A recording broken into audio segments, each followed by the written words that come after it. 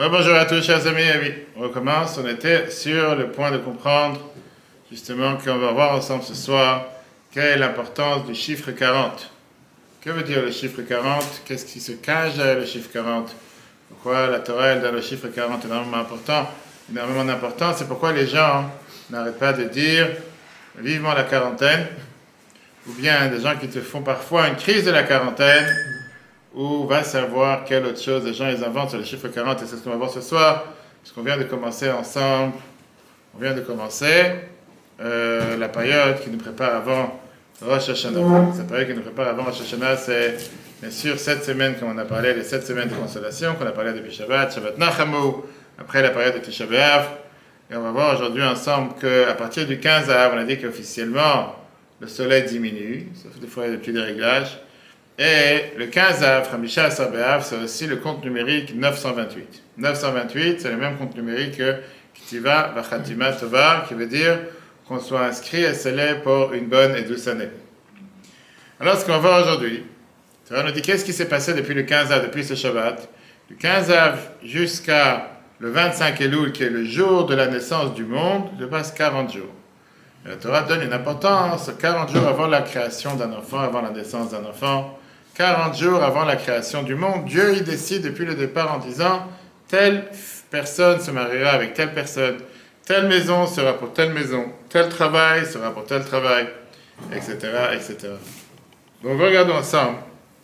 On va essayer ce soir de décortiquer et comprendre la profondeur du chiffre 40. Comme on l'a dit tout à l'heure que dans la Torah, plusieurs fois on revoit le chiffre 40 qui revient.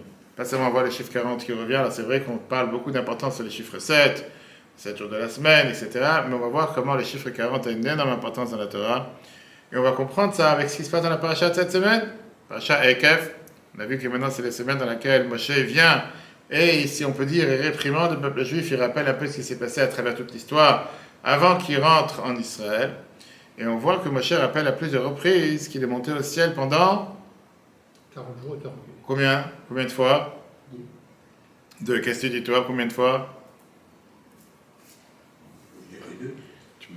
Tu peux dire 2. On l'a déjà vu plusieurs fois. Qu'est-ce que dit madame? Tu connais pas. Qu'est-ce que tu dis toi? Alors qu'on le répète chaque année. Il est monté de 40 jours et 40 nuits. Après, il après, est remonté une deuxième fois. Et on va monter une deuxième fois pour le deuxième étape de la loi. Pour le deuxième étape de la loi. Et après? Une troisième fois. Je demande. Et après? Et après, il y a eu Pessah Sheni. À ce moment-là. Pessah Sheni, c'est non, pas c'est pas le rapport. Au final, on voit qu'il est monté 3 fois. 3 fois. 3 fois, on sait que Moshe Rabbeinu est monté dans le ciel. 3 fois 40 jours. 3 fois 40 jours, et on dit qu'il a vécu là-bas comme un hybride. Moitié homme, moitié ange. Et là, on va tout de suite voir pourquoi. Il n'a pas mangé, il n'a pas bu. Pourquoi il est monté tellement de fois? Pourquoi Dieu il a fait un tel miracle que Moshe Rabbeinu doit respirer comme un humain? C'est ça qui l'a rendu humain. Et de l'autre côté, il devait vivre comme un ange 40 jours sans manger, sans boire. Qui n'est pas faisable. S'il serait monté pour un jour ou deux, on peut dire, bon, quelqu'un peut survivre un jour ou deux, il n'a pas à manger avec lui ou quoi que ce soit, sans dormir, sans boire, sans manger. Mais Dieu l'a fait monter d'une manière qui devrait être 40, qui doit être un demi-homme, demi-ange. Comment ça va? Tu ne déranges pas, pourquoi tu bouges? D'accord? Pourquoi il doit... comment ça va? T'as couru? T'as couru? Hein?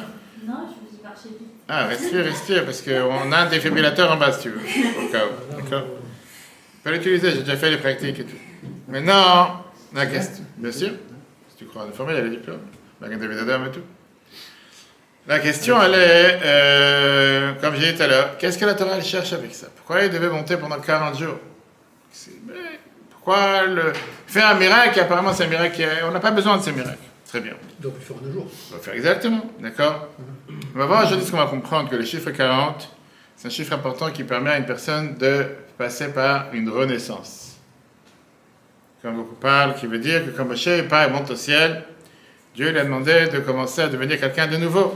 Et le temps pour quelqu'un d'avoir une nouvelle naissance, de devenir quelque chose de nouveau, il faut passer par la quarantaine. Pas quarantaine, 40 ans, le chiffre 40, comme on va tout de suite voir. On va voir justement qu'est-ce que la Torah elle attend de nous dans ces 40 jours, qui sont les 40 jours entre la période du 15 Av et le Rosh Hashanah, Elul, etc. Commençons d'abord avec la paracha.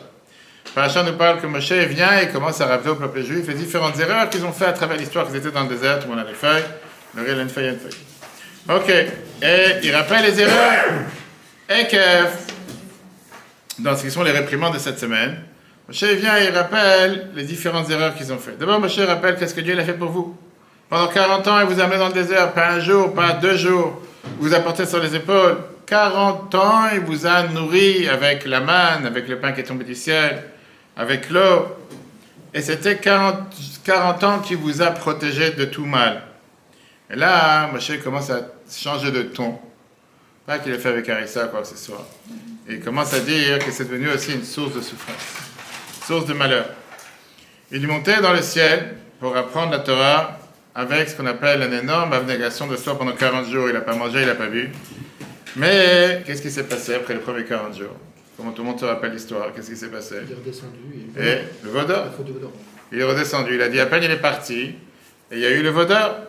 Moshe il a dû recommencer encore une fois, une deuxième fois, et une troisième fois monter au ciel pour demander à Dieu de pardonner et finalement recevoir la deuxième table de la loi.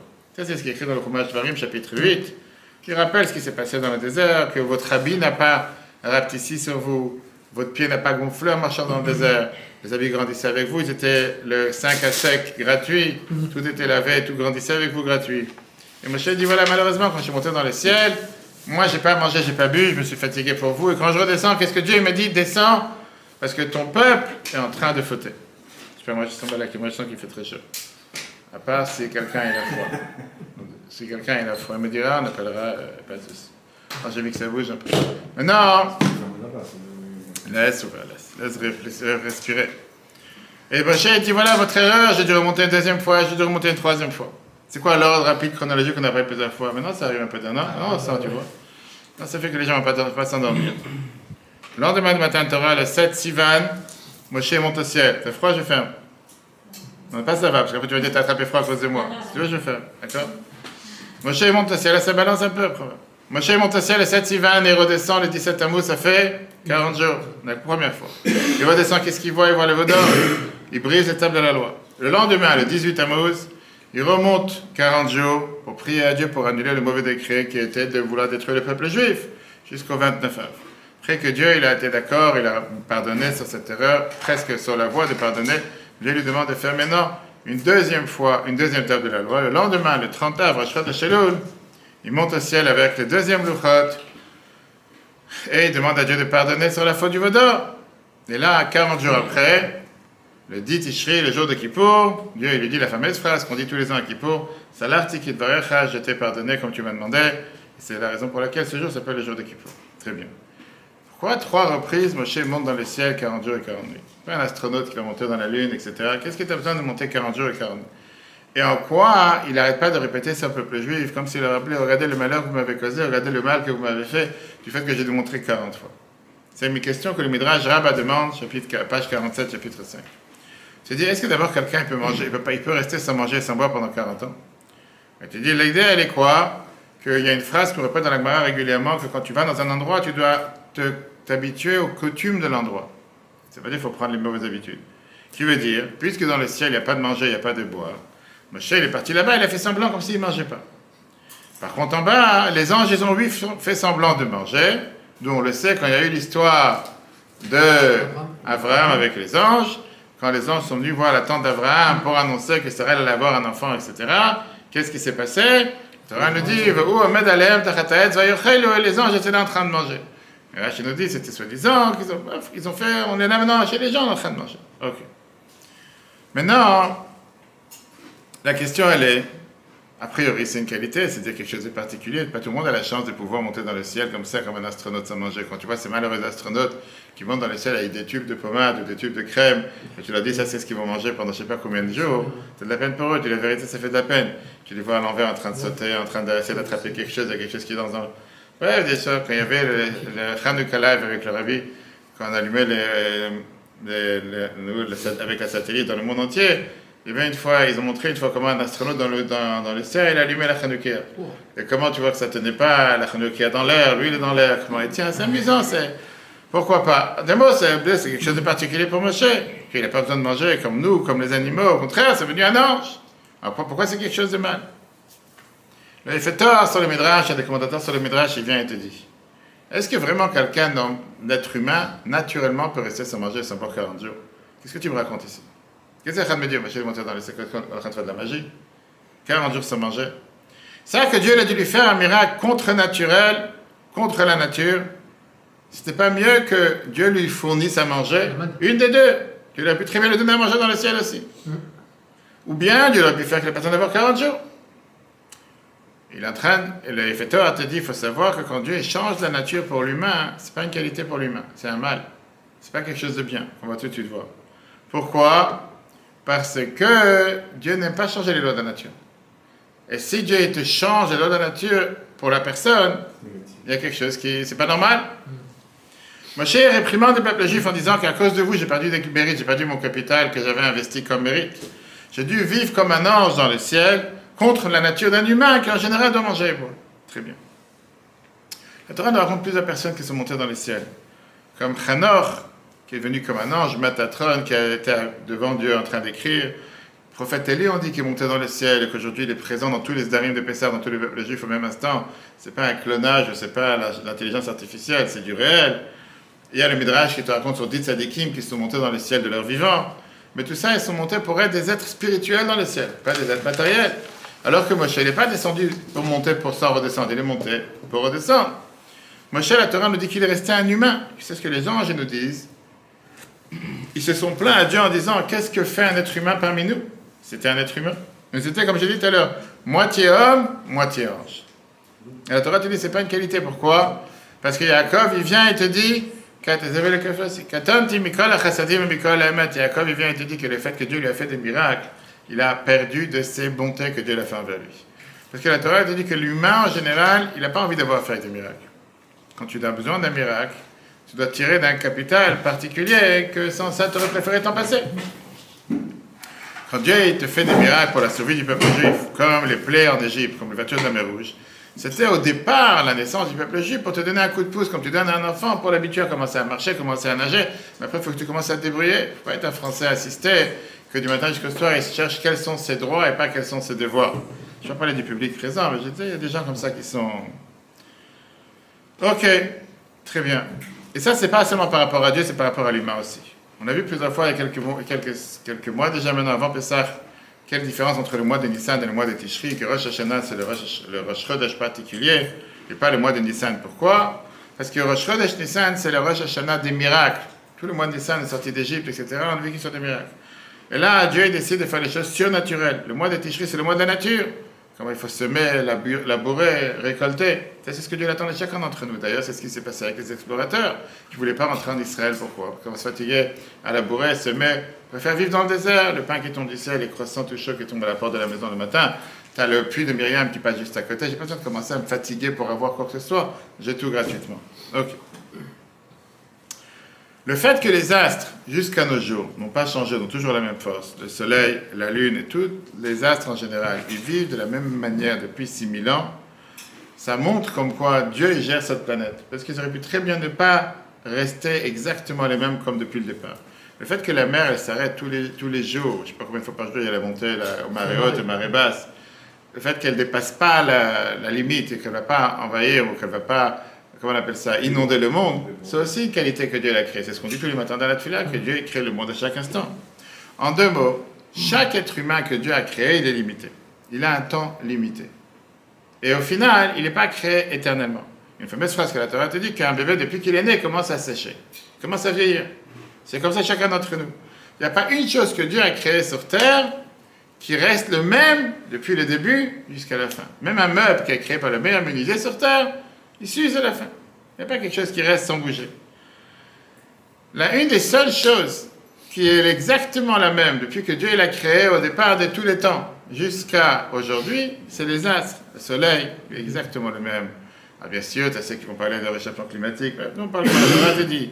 On peut être capable aujourd'hui de savoir quand est-ce qu'il y aura une liaison entre le soleil et la lune qui vont se joindre dans 1000 ans. Aujourd'hui, on a tous les calculs qui sont faits sans distinction. Pareil, la Terre. Il n'y a pas aujourd'hui un endroit, quand tu jettes une graine dans la terre, qui est capable de donner naissance, de faire pousser et de donner naissance à des fruits. La même terre, c'est le même travail qu'elle fait depuis 5787 5 ans. Ça, c'est ce qu'on dit dans le Kiddush Levana qu'on fait tous les mois. Chok uzman natan lahem shelo yeshanu tafkidam. Dieu, il a fait en sorte que dans les différentes manières comment il a créé le monde, que ce soit la terre, les astres, les arbres, etc., le fait qu'il y ait quelque chose qui se passe continuellement sans changer, ça montre que c'est vrai. C'est pas quelque chose qu'une fois la terre elle donne naissance, une fois elle donne pas naissance, une fois un arbre il pousse, une fois un arbre il pousse pas, etc. Pareil avec l'humain.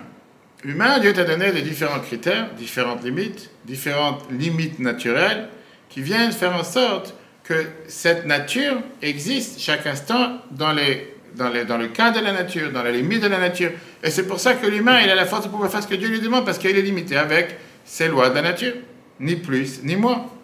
Si quelqu'un il sort de ce cadre et devient hors naturel, il devient surnaturel, il devient demi-ange, demi-homme ou demi-humain, je ne sais pas pourquoi Dieu l'a créé sur terre. À la rigueur, si tu cherches à être un ange, va parmi les anges. Je sais pas, il y a des films qui s'appellent un truc, Le Monde des Anges, ou quelque chose pareil, non? Va vivre comme un ange. Dieu t'a mis sur cette planète pour vivre comme un humain. Un humain qui veut dire, tu dois boire, tu dois manger, tu dois dormir. C'est pour que la halakha te dit que quelqu'un qui jure de ne pas, on va voir, quelqu'un qui jure de ne pas manger pendant 7 jours, c'est un jurement qui peut, comment ça? Quelqu'un qui jure, c'est juré pour rien. Non, c'est pas jurer pour rien, justement. C'est pas jurer pour rien, pourquoi? Parce que tu peux très bien rester 7 jours sans manger. Pas sans boire. Sans manger, ça peut arriver, t'as des gens qui ont plus servi. Par contre, quelqu'un qui dit qu'il ne va pas dormir pendant 7 jours, c'est quelque chose qui ne peut pas tenir. Parce qu'un humain, il est obligé. Là, le cadre humain, la manière comment Dieu l'a créé. Très bien. Maintenant, la question qui dérange, avec tout ce qu'on vient de voir. Comment est-ce possible que Moshe, c'était un humain, que Dieu l'a rendu demi-ange? Et ça, c'est la réprimande que Moshe a fait au peuple juif en disant, regardez ce que vous avez fait. À cause de vous, j'ai dû monter dans le ciel pendant 40 jours, 3 fois pour prier pour vous sauver. Et j'ai dû devenir un extraterrestre. Ça va ou pas? Ok. Et la question qu'on a demandé tout à l'heure, pourquoi on a besoin d'une chose pareille? Pourquoi monter dans le ciel? Pourquoi 3 fois 40? Pourquoi 40 jours? Pourquoi 3 fois 40? Et pourquoi avoir un tel miracle? Et quelle était la nécessité d'avoir un tel miracle? Et ce qu'on va voir ce soir, un journée très très riche, on va comprendre pourquoi Dieu a fait en sorte que parfois, certains d'entre nous, pour passer une certaine transformation, il faut du temps. On ne peut pas avoir une transformation sans passer un certain laps de temps. On ne peut pas se transformer, on ne peut pas changer en un instant. Exclue monsieur qui me regarde avec la casquette noire, pas toi, qui pense qu'il faut tout le temps être parfait. Elle te dit qu'on a le droit, le devoir, la possibilité de pouvoir faire une erreur, une deuxième erreur, et au fur et à mesure du temps, on évolue, on apprend des erreurs et on change. Pas comme tu penses qu'on n'a pas le droit à l'erreur. La Torah te dit qu'on peut, on doit faire des erreurs. Si on fait une erreur et qu'on se repentit... Comment je savais que tu allais commencer à te réveiller? Ok. Non, mais si on fait une erreur, on se repentit. Et à partir du moment où on se repentit, on est tenu de ne plus refaire l'erreur. De ne plus refaire la même erreur. La même erreur. Mais on va refaire des autres erreurs. Et plus on avance, tu fais une erreur que tu fais quand tu as 20 ans. C'est pas la même erreur que tu fais quand tu as 40 ans. Une erreur que tu fais quand tu as 40 ans, c'est pas la même que tu fais quand tu as plus de 60 ans, etc., etc. Moshe, pourquoi il est monté 3 fois 40? Pour changer lui-même et le sort du peuple juif sur 3 bases différentes. Les 3 piliers sur lesquels le monde se maintient, la Torah, la prière et les bonnes actions. Ça, c'est ce qui est écrit dans Pirkei Avot, dans Mishnah. Pourquoi la première fois il est monté 40 jours? Pour recevoir la Torah. La Torah, elle a été donnée au 40e jour. 42e jour, c'était la prière. Il a prié pour que Dieu n'extermine pas les peuples juifs. Le 43e jour, le 43e fois, les 40 jours, ouais, d'accord? C'était la tchouva de pouvoir demander à Dieu le pardon pour le peuple juif. Et ça, c'est la base du fait que ces 3 fois 40 commencent tous avec le même lettre qui est le Tav. Tav qui est le chiffre numérique 400, qui est à l'intérieur le numéro 40. Torah, ça commence avec un Tav, 400. Tfila, ça commence avec un Tav, 400. Et Tchouva, ça commence avec un Tav, 400. D'accord? Le 40. Pourquoi tu vas dire pas 400 et pas 40? Parce que c'est 40 fois 10. 40 fois les 10 sphirotes et 10 attributs avec lesquels on fonctionne sur Terre. Ça fait 400. D'accord. La Torah, elle te dit, le secret de réussite sur Terre est à faire avec le chiffre 40. Pirkei Avot te dit la phrase suivante. Mishnah de Pirkei Avot qu'on est en train de dire en ce moment, les maximes de nos pères, Ben Abaim, le Bina à 40 ans dans la sagesse. Ça veut dire que jusqu'à 40 ans on est bête? Non. Ça veut dire qu'à 40 ans on découvre la sagesse de manière totalement différente que ce qu'on avait avant 40 ans. Agmara Avodah Zarah, page 5b, te dit une personne n'arrive pas à comprendre les paroles de son maître jusqu'à 40 ans. Une fois que c'est passé 40 ans, il commence à regarder les choses d'une sagesse et d'une manière différente. J'entends parfois des amis, moi, qui écoutaient le rabbi de son vivant, dans les années 30, dans les années 70, dans les années 80, et qui te disent plus tard qu'au moment où le rabbi les disait, on ne comprenait pas vraiment ce qu'il voulait nous dire. Et 40 ans plus tard, on commence à analyser ces messages de manière totalement différente de comment on les a entendus au départ. Le Shulchan Aruch te dit dans la Siman 242, une personne n'a pas le droit d'enseigner la halakha avant 40 ans. Ça ne veut pas dire qu'il n'a pas le droit d'apprendre, de dire la halakha, mais de trancher la halakha, parce qu'il y a une certaine sagesse qui arrive quand quelqu'un il a 40 ans. La tfila, elle te dit, dans Midrash Rabbah de Dvarim va être Hanan, qu'on a vu la semaine dernière, Shabbat Daniel, que Moshe l'a prié 515 fois pour demander à Dieu de pouvoir le laisser en Israël, de le faire entrer en Israël, et Dieu l'a dit non. La Torah elle dit que quoi? Qu'il y a une tfila qui est répondue à 40 jours. Et donc on le sait parce que Moshe, il a demandé à Dieu, il a prié pendant 40 jours. D'accord? Question intéressante. Question intéressante qui s'est passée avec une femme, une question récente. Une femme mariée, qui n'a pas d'enfant, et qui a décidé d'aller prier au kotel tous les jours pendant 40 jours. Il y a beaucoup en Israël aujourd'hui qui te font dans les journaux, prier 40 jours dans tel tombe, prier 40 jours, faire le Teilim pendant 40 jours sans parler. Je pense que 40 jours, je me conduis comme un être humain, et toute l'année comme un animal. Peu importe, pourquoi pas. Très bien. Elle a décidé qu'elle habite à Jérusalem, elle va aller au kotel 40 jours pour prier. Maintenant, elle s'est dit comme ça. Puisqu'elle habite loin du kotel, Shabbat, elle ne peut pas aller prier. Qu'est-ce qu'elle va prendre la voiture? C'est difficile.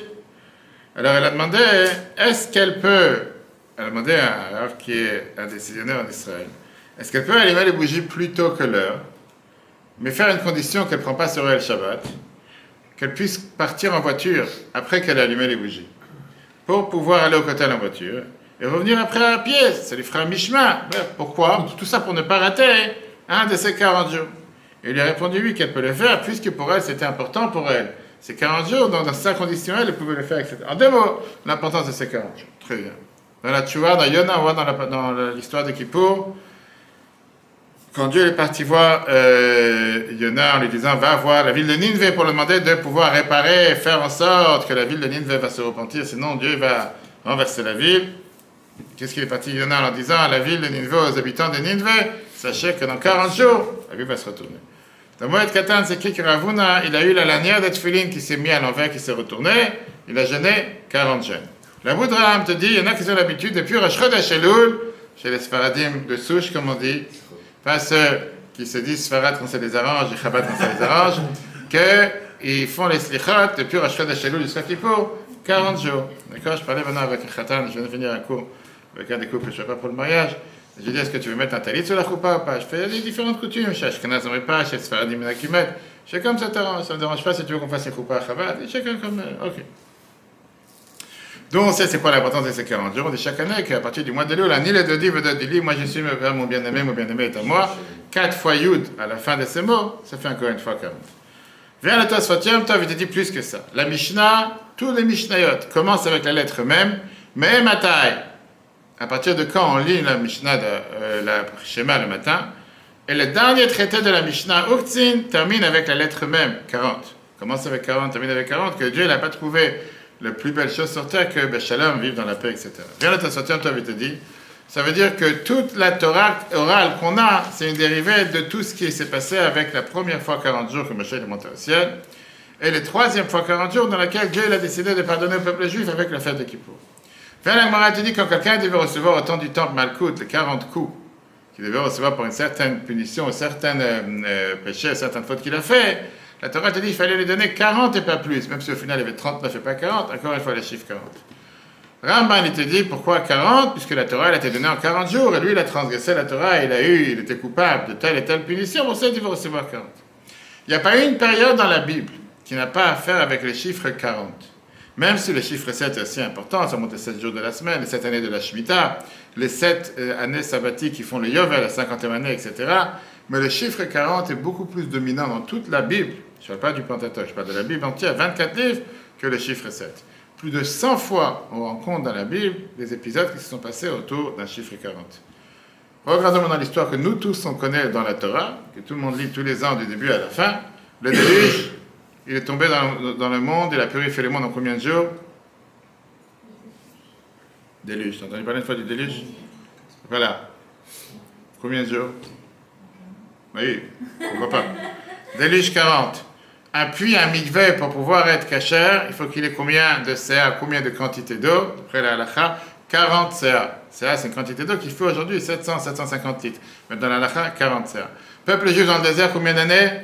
40 ans. Moshe Rabbeinu, il a dirigé le peuple juif combien d'années? 40 ans, la même chose. Shlomo HaMelech, on dit dans la Gemara, le roi Salomon a dirigé le peuple juif 40 ans. Moshe, Rabbi Yochanan ben Zakkai, Rabbi Akiva, qui ont dirigé le peuple juif, chacun 40 ans. C'est que Moshe il a commencé à travailler à 80 ans. Il y a de l'espoir. Il a commencé à 80 ans. Moshe, il a commencé à s'occuper, on a répété ça plusieurs fois. Il a commencé, il est parti voir le peuple juif à l'âge 80, jusqu'à 80 ans. C'est pas ce qui s'est passé avec lui avant. Jusqu'à 120 ans. 40 ans, il a géré le peuple juif. Rabbi Akiva, la même chose. Jusqu'à 120 ans, de 80 à 120. D'accord? Qu'est-ce qui se cache derrière? Pourquoi on a tellement d'affaires avec 40? Pourquoi tellement de choses avec 40? Rabbi explique ça, comme je dis, c'est énormément important et richissime à comprendre, parce qu'on se prépare maintenant à la période de Rosh Hashanah, etc. Fin la Gemara brachot.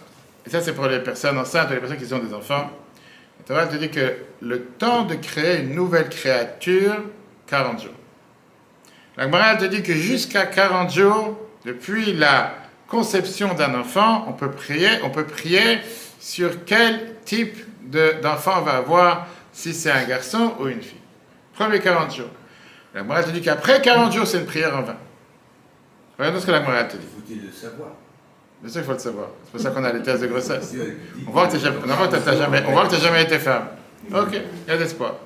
Hein? Il faut-il le savoir? Si Dieu a décidé de mettre enceinte une personne...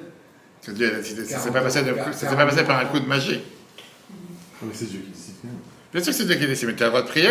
Regarde ce que la Mishnah Brachot, elle te dit. Si ta femme elle est enceinte et tu dis, je prie à Dieu que ma femme ait un garçon, Zot Filachav, c'est une prière en vain. C'est la Gemara dit. Ok, bien la Gemara te demande. Ravia, ça fait demander une question. On sait très bien que Léa, elle a eu 6 garçons, et après elle a eu une fille, elle a appelé Dina. C'est la Gemara nous raconte, la Torah nous raconte. Pourquoi? Pourquoi elle a appelé Dina? Dina vient le mot din, jugement. Parce qu'elle s'est dit comme ça. Yaakov, il doit avoir 12 tribus. Moi, j'en ai déjà eu 6. 4 des servantes, il y a eu 2 servantes, Bila et Zilpa, chacune en a eu 2, ça fait déjà 10.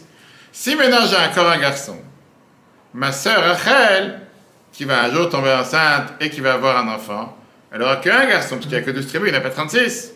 Donc elle sera moins que les servantes.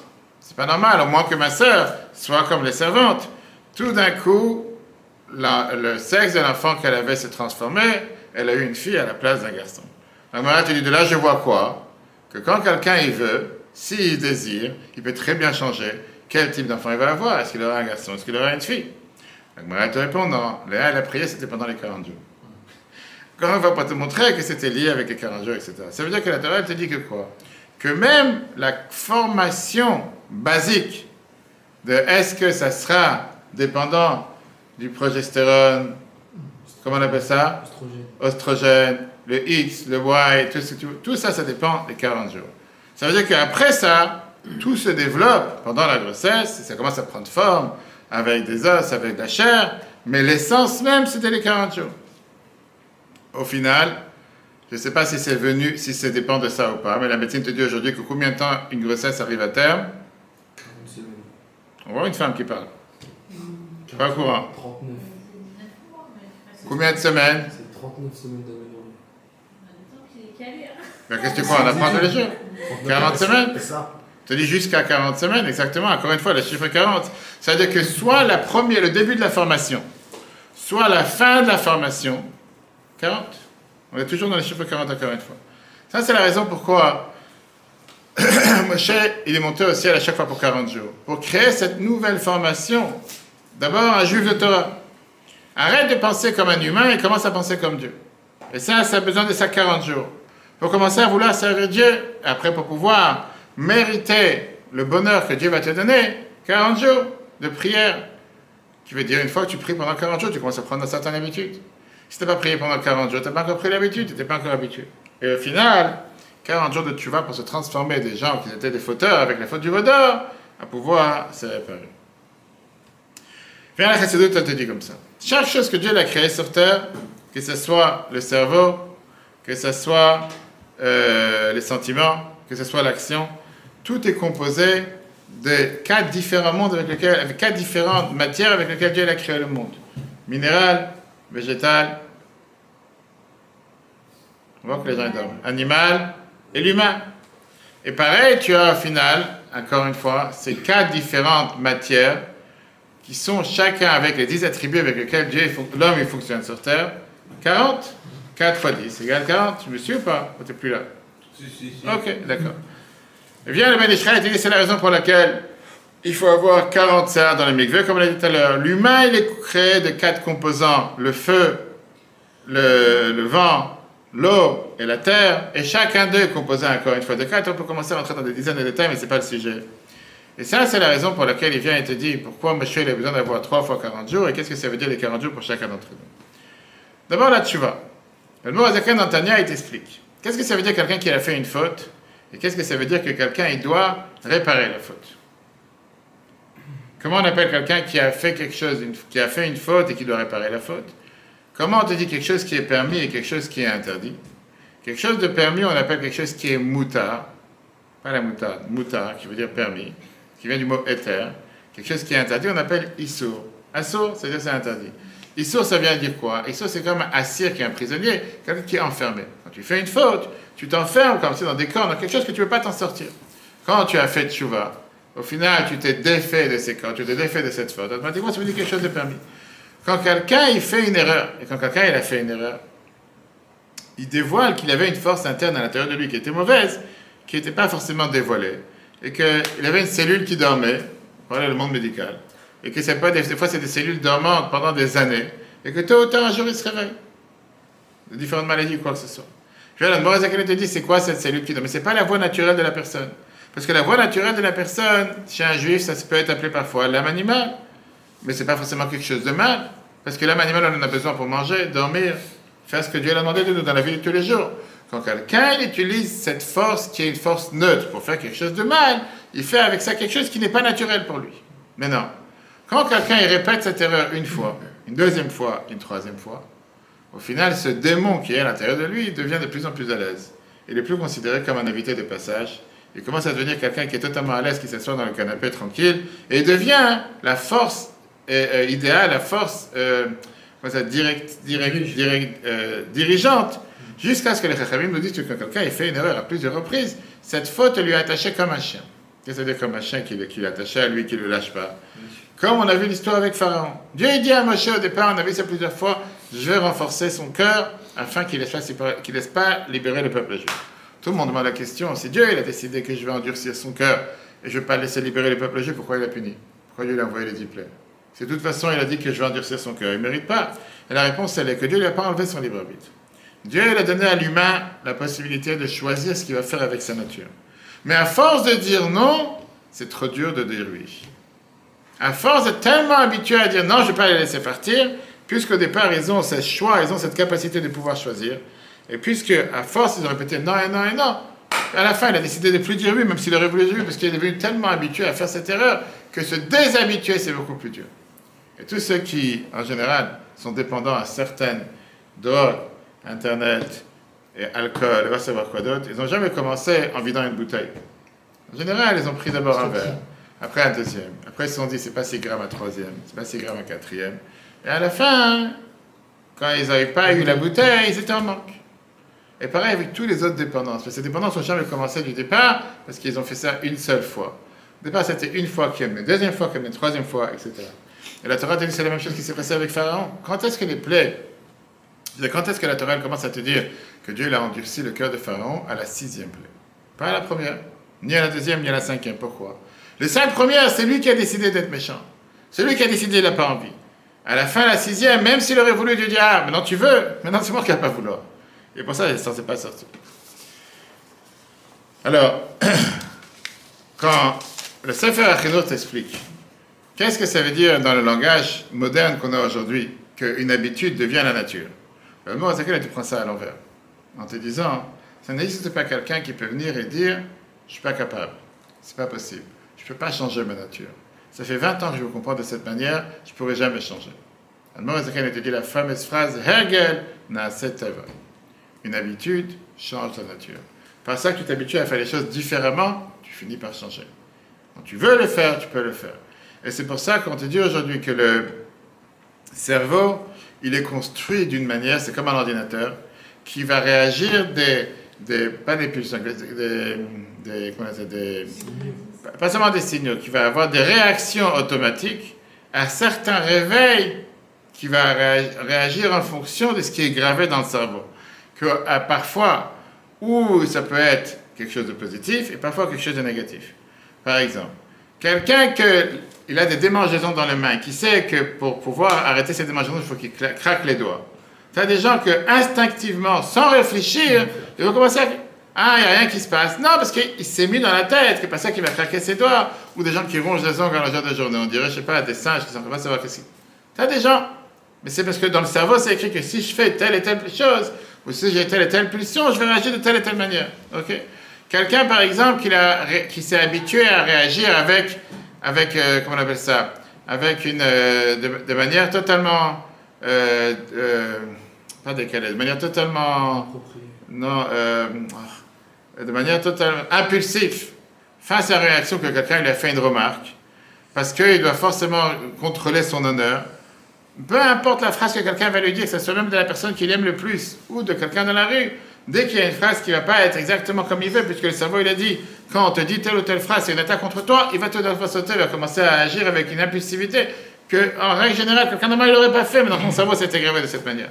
Quelqu'un qui s'est habitué à avoir une dépendance au sucre, il va à chaque fois se dire que dès qu'il est énervé ou dès qu'il a quelque chose qui est contrarié, la première des choses qu'il va faire, il va aller chercher quelque chose de sucré et se dire, ah, ça va me calmer.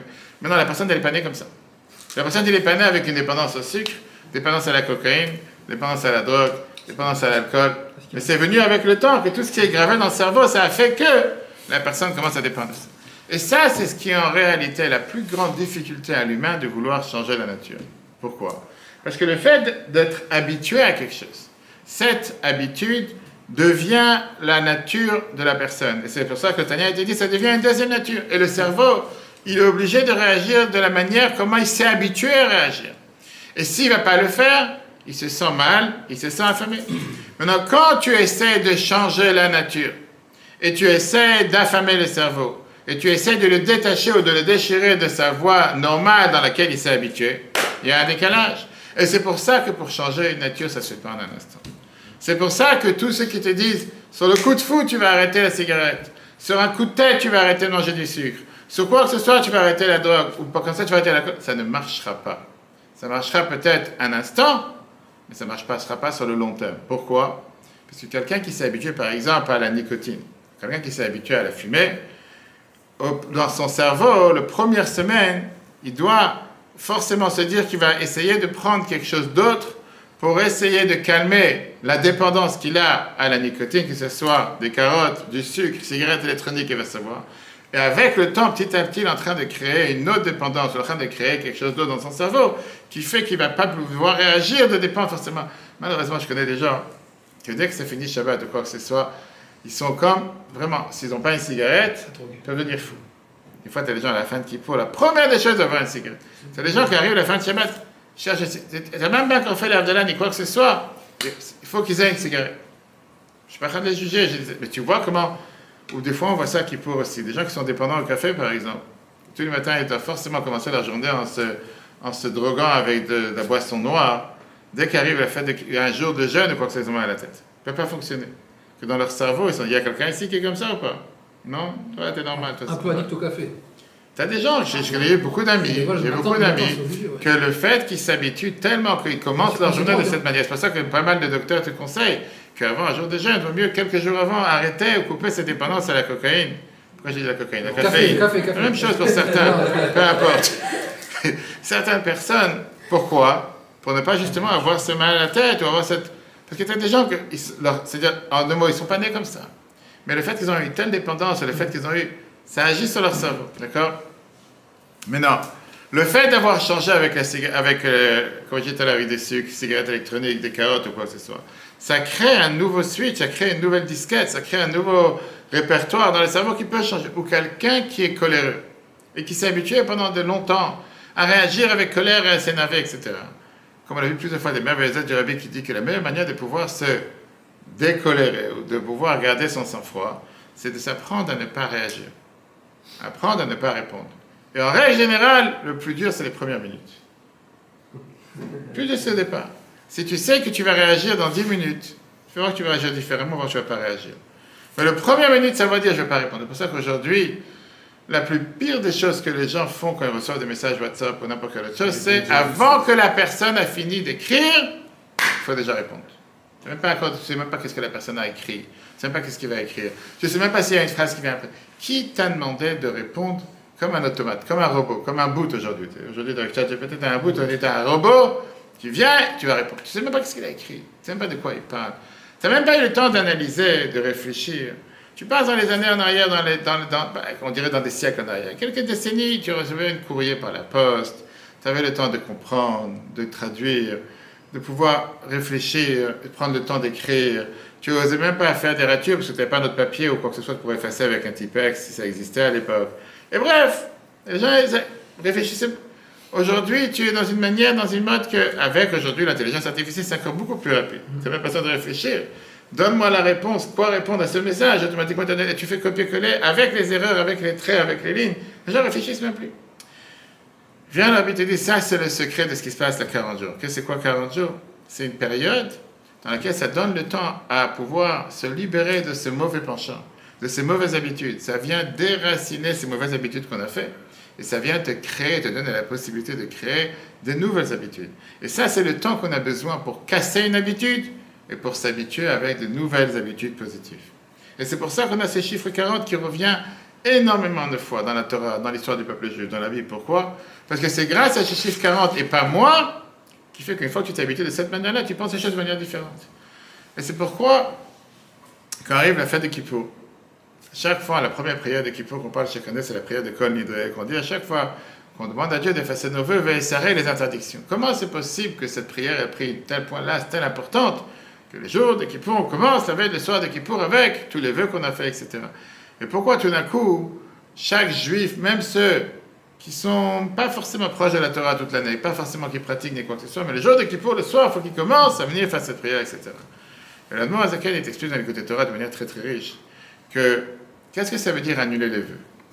Dans le sens profond des choses, c'est de pouvoir annuler toutes ces habitudes dans lesquelles on s'est mis et on s'est habitué à agir dans notre passé en se disant qu'on ne peut pas s'en défaire. Je suis comme ça, monsieur le rabbin, je ne peux pas changer. Comme je dis ce matin, j'étais à Brit Mila pour aller parler, etc. Je suis parti, je fais le tour comme d'habitude, mon dos, j'en mets les tefilines. J'ai une personne qui met les tefilines avec moi. C'est magnifique, c'est un juif qui a mis les tefilines. Des fois, tu te dis, pourquoi cette personne ne les a pas mis hier? Pourquoi elle les a pas mis ce matin? Pourquoi elle les a pas mis toute seule? Pourquoi elle attend que moi je vienne? Peut-être des fois des gens qui se disent, c'est pas pour moi, je ne mérite pas, j'ai pas le courage, c'est trop dur, je vais pas réussir. Je suis tellement catalogué dans ma tête que je peux pas le faire. C'est pas pour moi que je peux pas le faire. C'est quoi un vœu? Un vœu, c'est la réalité, c'est la même chose. C'est quelque chose qui vient enfermer la personne. C'est quelque chose qui va dire, j'ai fait un vœu, pour ça je peux pas me défaire de ce vœu, ça ne me permet pas d'avancer. Qu'est-ce qu'on fait le soir de Kippour? On vient se défaire de ces ficelles qu'on s'est créées toute l'année. On vient se défaire de ces vœux qu'on s'est fait toute l'année. On vient de défaire toutes ces habitudes qu'on a fait toute l'année, qui est quoi? De pouvoir se dire, même si j'ai eu une certaine habitude pendant un long moment, je peux me défaire de cette habitude. Mais si ce sont des bonnes habitudes, pourquoi changer? Parce que des contraintes, d'abord tu peux évoluer, tu peux changer ces bonnes habitudes. Pas maintenant de quelque chose de bien, on peut changer, on peut évoluer. Pas maintenant dans quelque chose de mal. Et c'est pour ça que la Torah te dit, c'est la même raison. Pourquoi Dieu n'a pas agi envers Pharaon avec les 10 plaies, avec la dernière en premier. Dieu cherchait à briser les Égyptiens, à briser Pharaon, il aurait pu envoyer la première, la mort des premiers-nés. Pourquoi passer par tous les autres? Il aurait pu libérer le peuple juif tout de suite, pas attendre 11 mois de plaies, faire en sorte la mort des premiers-nés, c'est parti, c'est fini. Mais la réponse, c'est le rabbi dit, parce que l'éducation, ça prend du temps. Pour faire bouger une personne d'une chose à une autre, il faut parfois prendre le temps que ça a pris les 10 plaies. Dieu ne cherchait pas à briser Pharaon, il cherchait à éduquer Pharaon. Et comment il a éduqué? On a vu plusieurs fois qu'au départ, il a dit qu'il n'y a pas de Dieu. Et après, il s'est dit, maintenant je sais qu'il y a un Dieu qui dirige sur terre. Et pour pouvoir éduquer une personne à changer, à comprendre, à réfléchir, à méditer, ça prend du temps. Et donc, à la place d'être brisé à chaque fois qu'on a essayé, à la place de se sentir mal, à la place de se dire, j'ai essayé, j'ai pas réussi, il faut d'abord savoir et se dire que n'importe quel changement d'habitude prend du temps. Ça ne vient pas en un instant. Et minimum 40 jours. Et c'est pour ça que la Torah, chaque année, elle te dit, ne prépare pas Rosh Hashanah en un instant. Ça prend du temps. Analyser, réfléchir, méditer, Et c'est dire, petit à petit, pas par pas. Mais ne jamais baisser les bras en se disant, puisque j'ai fait comme ça sans arrêt, je ne vais pas pouvoir changer. Ça, c'est faux. Torah n'est pas d'accord avec ça. On peut tous changer. On doit tous évoluer et changer pour le mieux. Parce que chaque année, Dieu nous accorde une nouvelle année de santé, une nouvelle année de vie. Quelqu'un qui a son anniversaire, exactement la même chose. C'est quoi l'anniversaire? C'est ton jour de Rosh Hashanah, dans lequel Dieu décide que le monde ne peut pas exister sans toi. Et que Dieu il veut que tu évolues et que tu changes spirituellement par rapport à l'année dernière. Ah, quelqu'un va dire, mais ça fait 20 ans que je fais ça. Ça fait 30 ans que je fais ça. Je n'ai jamais changé. Pourquoi je vais changer aujourd'hui? La Torah t'a dit, tu peux changer. Sauf que le changement ne vient pas en un instant. C'est qui a fait le slogan « Le changement, c'est maintenant » C'était qui? Oui, il est aujourd'hui. Donc, parlons plutôt des choses sérieuses. Le changement, c'est maintenant. Je ne sais pas qu'est-ce qu'il a changé à part lui-même en poids et en taille, mais au final, oui, qu'est-ce que tu veux que je te dise? C'est bon. Je l'avais comme j'étais. Ça, c'était la première partie du cours, c'est très riche, et surtout qu'on m'a dit demain soir, pas demain soir, mercredi soir, là, il est là du père du Rabbi, qui est très très riche, comme il a écrit beaucoup, malheureusement beaucoup de ses livres et beaucoup de ses écrits ont été brûlés par les nazis, ont été volés, etc., quand il était en Ukraine, avant qu'il parte exilé au Kazakhstan. Mais on a eu la chance, par la rabbinite Rana, que quelques livres il a réussi à sauver, que comme il n'avait pas quoi écrire, il a fabriqué l'encre pour qu'il puisse écrire sur le Zohar, le Tanya qu'il avait, quelques livres ont été rescapés de Russie, et Rabbi Rabbi a été imprimé. Donc on va voir justement aujourd'hui un point que j'ai appris, j'ai donné un cours dessus aussi, mais c'est tellement riche sur la paracha de cette semaine, puisque c'est ça, il est là cette semaine, mercredi soir, 81 ans depuis qu'il nous a quittés, et enterré à Alma-Ata au Kazakhstan. Rabbi Levi Yitzhak qui vient et te parle sur ce qu'on vient de voir dans le cours, mais c'est sur une autre angle sur la paracha de cette semaine. Le Zohar, paracha de cette semaine, on voit le schéma. Comme on a vu Shabbat dernier, on a vu la première partie du schéma. Cette semaine, on voit la deuxième partie du schéma. Quand le Zohar, il te dit comme ça, le Zohar te parle sur la mitzvah de la mezuzah. Il te dit beaucoup de symboles que Dieu il a créés sur terre, qu'ils sont en général des symboles qui viennent entourer le peuple juif, le juif dans plusieurs domaines. Tu as la circoncision dans le corps, tu as les tzitzit dans les habits, tu as les tefilines sur la tête, tu as les tefilines sur la main, la mezuzah à la porte, et tu as des mitzvot qui sont faits sur la terre. Très bien. Tu dis a priori, qu'est-ce que j'ai besoin de voir la mezuzah sur la porte? Si tu parles du corps, on a dit tout à l'heure, circoncision, tefilin, talit, il y a des choses qui sont faites dans le corps, ça suffit. Si tu parles de la terre, quel est le symbole? Qu'est-ce que représente l'idée de la mezuzah? Viens, Rabbi Levi Yitzhak, qui te dit comme ça. Il y a deux types de symboles. Ce qui est à l'intérieur, ce qui est à l'extérieur. Circoncision, tzitzit, tefilin, c'est dans la personne. C'est ce qui concerne la personne, l'intérieur. Ce qui est dans le champ, c'est pour l'extérieur. C'est quoi la mezuzah? C'est le pont entre les deux. Qu'est-ce que ça veut dire? Écoute bien une chose. Dans la mezuzah, on a le nom de Dieu à l'intérieur et à l'extérieur. Quel nom de Dieu est écrit à l'extérieur de la mezuzah? Shin Dalet Yud, qui est écrit toujours à l'extérieur de la mezuzah, et parfois il y en a qui l'oublient. Le Zohar te dit que où on écrit le Shin Dalet Yud à l'extérieur de la mezuzah, au même endroit, pourquoi quand tu as une mezuzah comme ça, le Shin Dalet Yud, il est vers ici. Pourquoi il est ici? Parce que de l'autre côté du parchemin, c'est écrit le mot Ve'aya, le premier deuxième paragraphe, qui est Ve'aya, quand tu dis c'est à l'envers, le nom de Dieu, Yud Ke Vav Ke. Donc il est à l'envers du nom de Dieu qui est à l'intérieur, c'est la raison pourquoi il est écrit là-bas. Maintenant, il t'explique comme ça. Chacun d'entre nous vit dans deux mondes. On a le monde interne et le monde externe. On a le service de Dieu personnel que chacun de nous fait. L'amour envers Dieu, s'attacher à Dieu, faire ce que Dieu nous demande, sans chercher une raison, sans chercher un pourquoi. On le fait parce qu'il faut le faire. Faire la vérité parce qu'il faut le faire. Ça, c'est l'éducation qu'on a. Ça, c'est la base fondamentale de faire les mitzvot parce que Dieu il a demandé. Mais après, il y a le monde extérieur. Le monde extérieur, c'est le monde des intérêts. Le monde dans lequel on est en mode survie. Qu'on essaie de payer les factures tous les mois, d'amener la panacée à la maison, réussir dans les affaires, réussir dans la vie. Et parfois, des gens ils te disent, quel lien je peux faire entre le monde personnel, mon monde interne, et le monde externe? Mon monde intérieur et le monde extérieur. Tu te dis, c'est des mondes décalés. Plus que ça. Tu as parfois des gens qui peuvent vivre dans un monde le plus parfait sur Terre, le monde intérieur. Ils vont servir Dieu comme les plus meilleurs juifs sur Terre. Et après arrive le monde extérieur, ils deviennent les plus grands animaux sur Terre. C'est comment il y a un tel décalage? J'ai raconté qu'on était en Hollande il y a 2 semaines, 3 semaines, qu'on avait le séminaire rabbinique avec le Congrès rabbinique européen. Un des plus grands juges d'Israël qui est venu, qui s'appelle Yossi Weizmann, qui nous avait raconté qu'en Israël, aujourd'hui, tu as des histoires entre des communautés religieuses pour des histoires d'argent dans les tribunaux. Il dit, mais tout dépend de l'ego, la gloire, l'argent. Il fait, mais des fois, ils s'entretuent. Il fait, mais il n'y avait pas à croire que c'est des gens que le matin, ils ont prié, ils ont mis les tefilines, ils se comportaient comme des juifs religieux. Qu'après, quand ils arrivent au tribunal, ils s'entretuent comme si c'est les plus pires ennemis. Il fait, comment est-ce possible?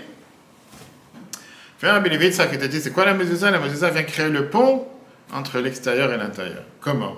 Dans la mezuzah, qu'est-ce qui est écrit? Je sais pas. Qu'est-ce qui est écrit dans la mezuzah? Les deux premiers paragraphes du schéma. Quelle est la différence entre le premier et le deuxième paragraphe du schéma? Premier paragraphe, schéma Israël. Tu connais le schéma? Schéma Israël, c'est quoi? C'est un schéma qui est direct. Ve'afta, tu aimeras, fais ce que Dieu te demande, etc. Mais ça ne te dit pas pourquoi. Tu aimeras Dieu ton Dieu. Tu dois aimer Dieu sans aucune raison, avec toute ton âme, avec tous tes biens. On a vu ce schéma dans la paracha. Donner tout ce que tu as besoin pour Dieu. Tu écriras les mezuzot sur les portes de tes maisons. Mais ce n'est pas écrit pourquoi. Qu'est-ce que tu vas gagner de ça? Fais ce que Dieu t'a demandé. Cherche pas pourquoi.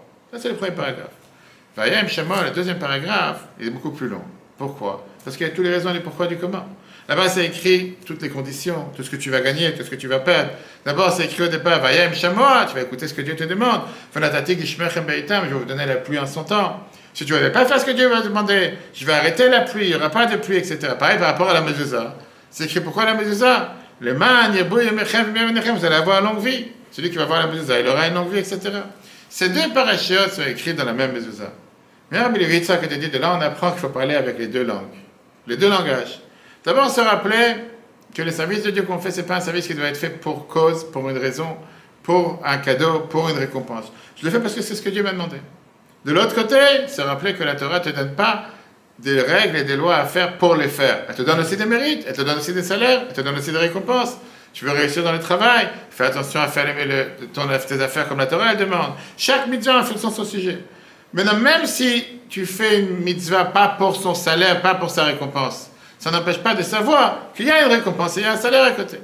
Alors, tu as des gens qui servent Dieu de manière pure, pas besoin de récompense. Moi, je fais parce que Dieu l'a demandé. Comme j'ai dit tout à l'heure, le problème, c'est quoi? C'est quand ils sortent dans la rue, ils deviennent des automates, ils deviennent des gens que tu ne peux pas reconnaître, que tout d'un coup, il n'y a pas de Dieu, il n'y a rien dans leur vie. C'est difficile à les reconnaître quand ils sont au supermarché, alors qu'il y a une demi-heure, il y a une heure, ils ont prié. De l'autre côté, ceux qui servent Dieu conditionnés, en fonction de je vais faire si je reçois, je vais faire si j'ai tel salaire, je vais faire si j'ai telle récompense. Le problème il est qu'il manque cet élément d'un mot de Dieu pur, de faire parce que Dieu l'a demandé. Et parfois, à un certain moment dans leur vie, quand ils sentent qu'ils n'ont pas reçu ce salaire ou cette récompense, c'est à quoi ça sert de faire ce que Dieu demande. Viens la mitzvah de la mezuzah, elle vient te créer ce pont entre les deux. Tu dis comme ça, la base du service de Dieu c'est quoi? Tu aimeras Dieu, ton Dieu, tu dois faire ce que Dieu te demande, sans récompense, sans salaire, parce que Dieu l'a demandé, c'est pour ça que je le fais. Tout à fait. Mais au final, se rappeler que j'ai aussi la récompense qui vient derrière. Et l'un n'est pas opposé à l'autre. J'ai le droit de savoir que Dieu nous donne des récompenses sur terre, pas dans le ciel, avec des vierges qui t'attendent dans le ciel, il va savoir qu'est-ce qu'on te promet d'autre. Mais sur terre, Dieu te donne des récompenses dans le schéma. Et de l'autre côté, je ne le fais pas pour ça. Je le fais parce que c'est ce que Dieu m'a demandé. Oui, vite ça qui te dit, ça c'est la raison pour laquelle, dans la paracha de cette semaine, quand on parle de la mitzvah de mezuzah, on voit à chaque fois qu'on a ces deux mitzvot, ces deux paragraphes sont dans la même mezuzah. C'est-à-dire que d'un côté, il faut faire ce que Dieu demande, le monde intérieur et le monde extérieur doivent être toujours liés. Et ça rejoint ce qu'on va voir dans le cours. Une personne peut faire toutes les prières du monde de manière à ce que, du fait de faire toutes les prières, j'obtiendrai tout ce que je veux. Pourquoi pas? Il a le droit, encore en quoi ça dérange? Il n'y a pas de mal à faire une chose pareille. Mais de l'autre côté, c'est pas une manière désintéressée. Rambam, il vient et te dit la phrase suivante. On peut aimer Dieu si on n'est pas capable d'aimer celui qui est en face. Est-ce que c'est cohérent? Je ne sais pas si tu te rappelles ce qu'on a vu Shabbat dans le Kiddush. Certainement, tu étais déjà en train de boire le troisième verre. Et on a dit que aimer ton prochain, ça passe avant aimer Dieu. Parce qu'en aimant son prochain, on aime Dieu. Parce qu'on aime celui que Dieu il aime. Tout à fait raison. Et si quelqu'un n'est pas capable d'agir envers un autre être humain comme il faut, ça ne veut pas dire qu'il fait ce que Dieu demande. Mais au final, qu'est-ce qu'on vient de voir avec le cours? C'est que si quelqu'un il se dit je ne vais pas réussir, je ne peux pas, c'est impossible de changer, bien, mais il est ça qui dit on peut changer, on a la capacité de changer. On a la modalité pour changer. Il faut la seule chose, pas vouloir changer tout en un instant. Il faut se dire qu'on a besoin du temps pour changer. Et c'est pour ça que Dieu l'a donné, quand j'ai raconté toujours avec cette femme qui passait dans les delà du dimanche et qui a demandé à Rabbi Brecha pour avoir un enfant. Et Rabbi dit Amen, que Dieu fasse un enfant. Elle dit non, mais je voudrais avoir un enfant comme c'est tout de suite, je veux que l'enfant il tombe maintenant, qu'il arrive sur place. Et Rabbi lui dit en rigolant mais il faut bien attendre 9 mois dans cette question que je te fasse. Je ne vais pas donner une bracha que il y a des gens qui sont impatients, ils veulent le changement tout de suite, tout maintenant, en 2 secondes. Il n'y a pas. Le changement, ça ne va pas être maintenant. Je n'ai pas suivi, je pense que oui. Mais je dis, au final, c'est énormément important de se rappeler qu'on a besoin de se rappeler que chaque changement prend du temps. Et de l'autre côté, pas avoir peur de changer. Pas avoir peur de changer parce que la Torah nous donne la capacité de changer. Et c'est parce qu'on change et parce qu'on évolue qu'au final, on peut mériter encore plus de bénédictions et plus de brachot du ciel. Une seconde, quand on arrive, cette période avant le mois de Loul, c'est le mois où chacun se demande Comment je vais changer cette année par rapport à l'année qui vient de passer? Comment je vais évoluer? En quoi je vais mériter cette année un nouveau crédit par rapport à ce que Dieu m'a donné l'année dernière? Et la réponse, elle est en modifiant, en changeant. Pas dans le mal, mais dans le bien. Pas seulement en agissant, dans la pensée, dans la parole et dans l'action. Et c'est pour ça que le Shulchan Aruch te dit que le mois des loups, on vérifie les tefilines, on vérifie les mezuzot. Pourquoi? Pour s'assurer on s'assure que tout est de la meilleure manière possible. Et chacun doit en faire son introspection et son bilan en se disant qu'est-ce que j'ai fait de bien cette année que je dois garder? Et qu'est-ce que je dois faire encore cette année pour évoluer et changer? Donc quelqu'un il va dire à partir de maintenant, je vais jeûner 40 jeûnes. À partir de maintenant, je vais commencer à prier 40 heures. À partir de maintenant, je vais commencer. Ça arrive. Ça ne sert à rien. C'est quelque chose qui ne va même pas commencer à tenir. Dis-toi, si jusqu'à maintenant j'ai investi dans la prière une page, j'ai investi une deuxième page. Si jusqu'à présent j'ai prié 5 minutes par jour, si jusqu'à maintenant j'ai fait rentrer Shabbat exactement à l'heure, j'ai fait rentrer 2 minutes avant l'heure. Il y a tellement de détails dans lesquels quelqu'un dit j'ai mangé kasher seulement quand j'étais dans la rue, je vais essayer de manger kasher, un repas dans la maison aussi kasher autant dans la rue. On peut avancer sur tout. Il n'y a pas une chose qu'on ne peut pas avancer. Même le juif qui se dit le plus pieux sur terre, tout le monde peut avancer, pas seulement peut, doit. Mais au final, pas par pas, étape par étape. Comme ça, on va mériter, si Dieu veut, que des bonnes nouvelles. Avec la venue de Mashiach, que Dieu fasse qu'on entende que des bonnes nouvelles pour tous les peuples juifs et que le mérite du Rabbi, le mérite sacrifice du Rabbi soit pour chacun d'entre nous. Cours en replay sur etora.fr et si Dieu veut, à la semaine prochaine.